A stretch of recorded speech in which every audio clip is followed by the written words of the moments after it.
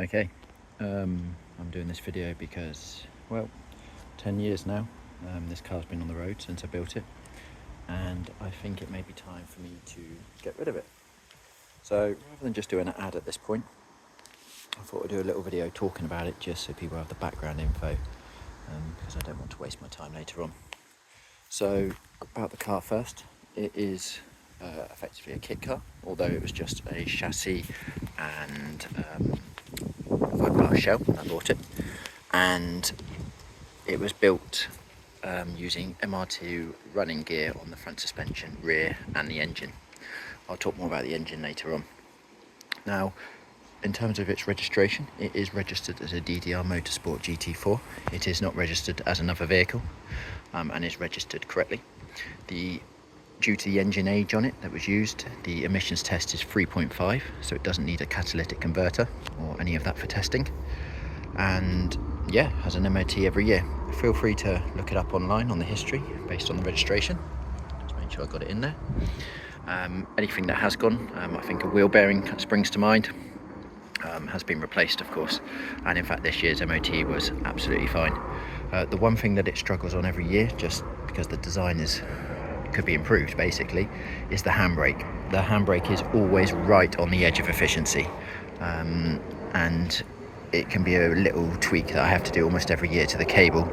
If I was to say to anyone who was to buy this, I'd probably say it's something you need to look at and improve, which partly brings me around to why I'm selling it. I just don't have the time to fiddle with it like I used to. Like I said, it's 10 years, time's moved on.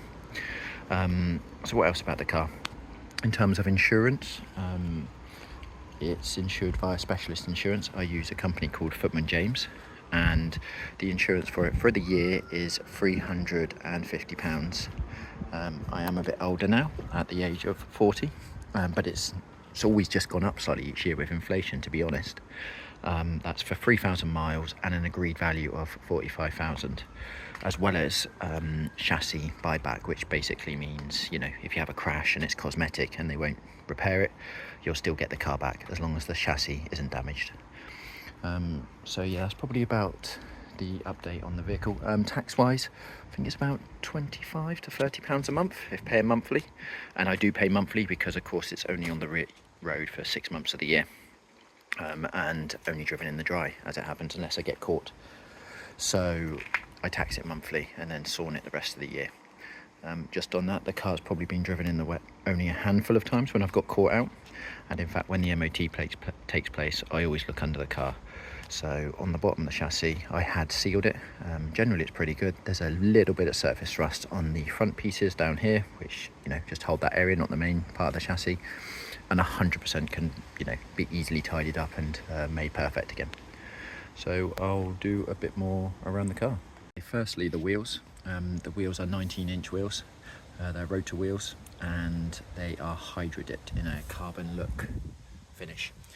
None of the wheels are curved at all, and they're all in really good condition. In fact, only one has a mark where it was from the hydro dipping itself, and the headlight covers are done to match, again hydro dipped. On that one, the front brakes are 300 ZX, I think it is, or the same as the Skylines but made of iron calipers, with Toyota Supra Mark IV discs on there. And on the rear we have the MR2 calipers still, but on adapter brackets for an RX-7 disc, so there's a bit more power in there as well. The braking system itself is on a pedal balance, so you can obviously set the bias. The bias is set correctly, and the front lock up before the rears.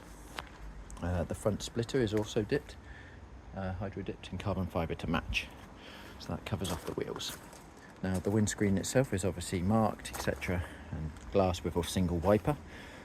Single wiper passes. It is a bit slow, but like I said, I don't drive it in the rain. The rear quarters are glass, and then finally perspex. The outside does have a film on it, so that, you know, if they get scratched over time or whatever goes on, then the film can be taken place. Probably see a few air bubbles there, where I didn't do quite a perfect job on that. The light system's all generally LED. Obviously that's 10 years ago LED, so like the indicator strips could definitely be replaced for brighter ones now, if wanted. And the same on the side are LED, and also at the rear these are LEDs. They do a bit of a, with the mirror, it's sort of an illusion of going inwards. So the middle two are obviously brake and indicator, tail light and brake, and the outside are indicator. The middle bit of this is actually a plastic dip spray, so it's actually red under there, so that can come out, and a custom twin exhaust. The rear spoiler, as you can see, has got a bit of like lacquer peel on it. That just needs doing. The same with the end plates, if it was the spoiler you wanted to keep. And it obviously has two clips that keep the clam down. Now, in terms of the roof scoop, it is functional. It feeds the engine, but in there, hopefully you can see that there's another open vent, and that feeds inside the cockpit. Although there is one very small window on the side here, it can obviously get hot, so it's important to try and get some air in. So that's what gets the air into the car. Now, as we go onto the inside of the car, so on the inside, obviously all custom. What I would say with the interior is it's the one area that I've truly never done to the standard that I'd want to do. The dashboard was all custom made by me and should have been a buck in itself to make a thinner fiberglass. This dashboard has got a lot of filler on it and does weigh a lot. The interior panel that you see, the carbon one, wasn't meant for this. It was just a mock-up, but just never got around to finishing it. So it has an Android Play and CarPlay, 2 speakers there, and obviously, you know, the rest of the interior speaks for itself. I forgot to say the mileage on it actually is around 17,000 miles, but like I said, anyone who got this may want to improve this. Now, these seats are bolted to the floor, not on runners due to head height. I'm 6'2.5", and that is the max. Like, I slouch slightly so I have a good position to drive, and I do feel absolutely fine when I'm driving. I'd say you can probably get away with being 5'9". Any shorter, you're probably going to stretch a bit on the pedals, unless you put a cushion there, which I suppose you could. The pedals are quite offset, if you can see that. Like so, if I put that in the seats, that's where the pedals are, offset to the left. Don't find it a problem once you get used to it. It's absolutely fine. And yeah, the interior doesn't have much else to it. I've been playing recently with building a directional vent that's just out of cardboard whilst I was doing that to work out what would happen, and it actually works really well. The one problem with this vent in the design that I put above, not the main metal, is that water with the air pushing it along will come in through that bit, so it's not like it comes in ever, just that area. So it almost needs one of those rally air vents that has the tube at the back to take the water away. Onto the front bonnet. The battery is less than 3 months old. I had the original in there for the last 10 years where I was building it, really, and never had to charge it because there's so few electronics in it. It doesn't go dead over the winter, but you could put it on trickle charge.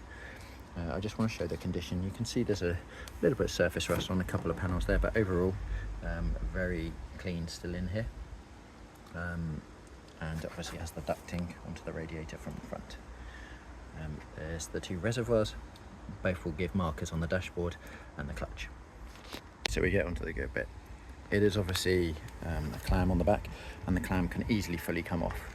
So it's obviously not as clean in here, and you know, had use. And like I said, I've done 17,000 miles, don't have as much time as I used to. I used to keep it so clean in here with the engine and everything, and it was bright red, and I'm sure everyone's seen pictures. So let's talk about what we got. So we got a 2-litre Toyota engine from an MR2, an S3 GTE. It's a forged built engine that I bought. So it had done not many miles, only a couple of 100 miles. And I believe I was using a car that, you know, wasn't on the road. They want to use on the drag. But I wanted to put an engine in here ready if I wanted to up the power. You probably saw on the dash there's a boost controller. So it's probably running about 280 day in, day out. Not that I drive it to that max at all in any shape or form. There's just too much traffic. So yeah, so the engine's obviously got a bit dirtier in this area where it's just not as clean. However, I've not cleaned it for this video at all, so it does often look a bit better. Yeah, and then you can see the lights at the rear. So I'm going to talk about niggles problems. So the first is the throttle. The throttle's absolutely fine, by the way, but the issue is I keep snapping cables, and it's actually on the throttle pedal. It doesn't have like a circular, you know, like a circular cantilever. The cable's like that from the end and then just bends as you press the throttle, and obviously as you press the throttle that angle changes, so it makes it weak. So every year I do replace that, just because that's easier for me than taking the whole pedal out. Like I said, I don't have the time. The cable's like a £5, so I carry a spare one because I have had some snap where I forgot to do it. In terms of the engine itself, all good. It is actually a Rev 2 for people who need to look into it, Rev 2, but it's running a Rev 3 loom and sensors, so it's obviously runs more efficiently, more power. The one thing I'd say with it is that the earthing area on this loom, it seems to have a few breaks in the wire, so I've had to replace and put new like earthing straps in.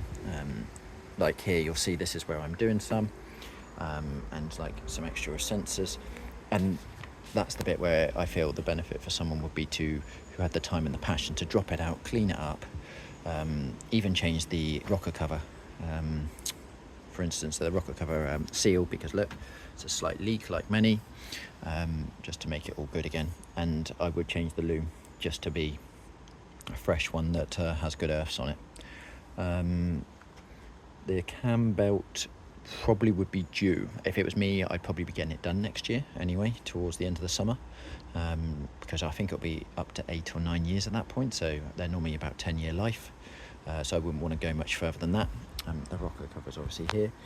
Doing work on this car is amazingly easy because you just put your hand in, so you get the wheel off, etc. You can even take the suspension if you wanted to, but you don't need to. One engine mount off and the engine drops enough and you just get your tool in. It's amazing what you can do on the driveway on this car.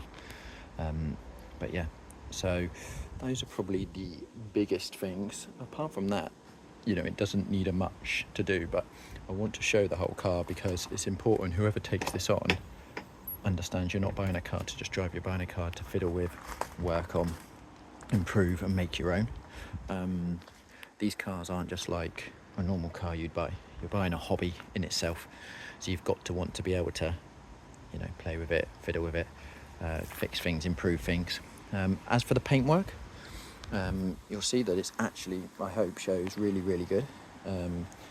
I've always been impressed actually when they sprayed it, that because it's fiberglass, the contaminants and etc. that can happen was really low.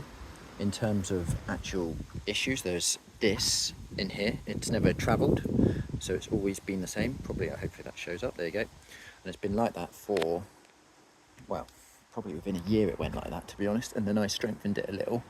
I don't know if I'm going to be able to show in here, but sometimes, must be on the other door, oh no, there it is, a little bit of rubbing in there from the door to the other side, and same one here. Like I said, they've never got worse, and I've strengthened them all a little bit.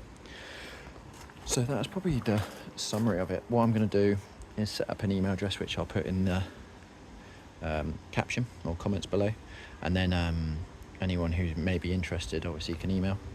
I've saved this for the end of the video so people watch through, but I'm based in Dorset in the UK. I don't necessarily sure on the price yet because I've only just started to do this, but like I said, if you're after a car, you can just hop in and drive.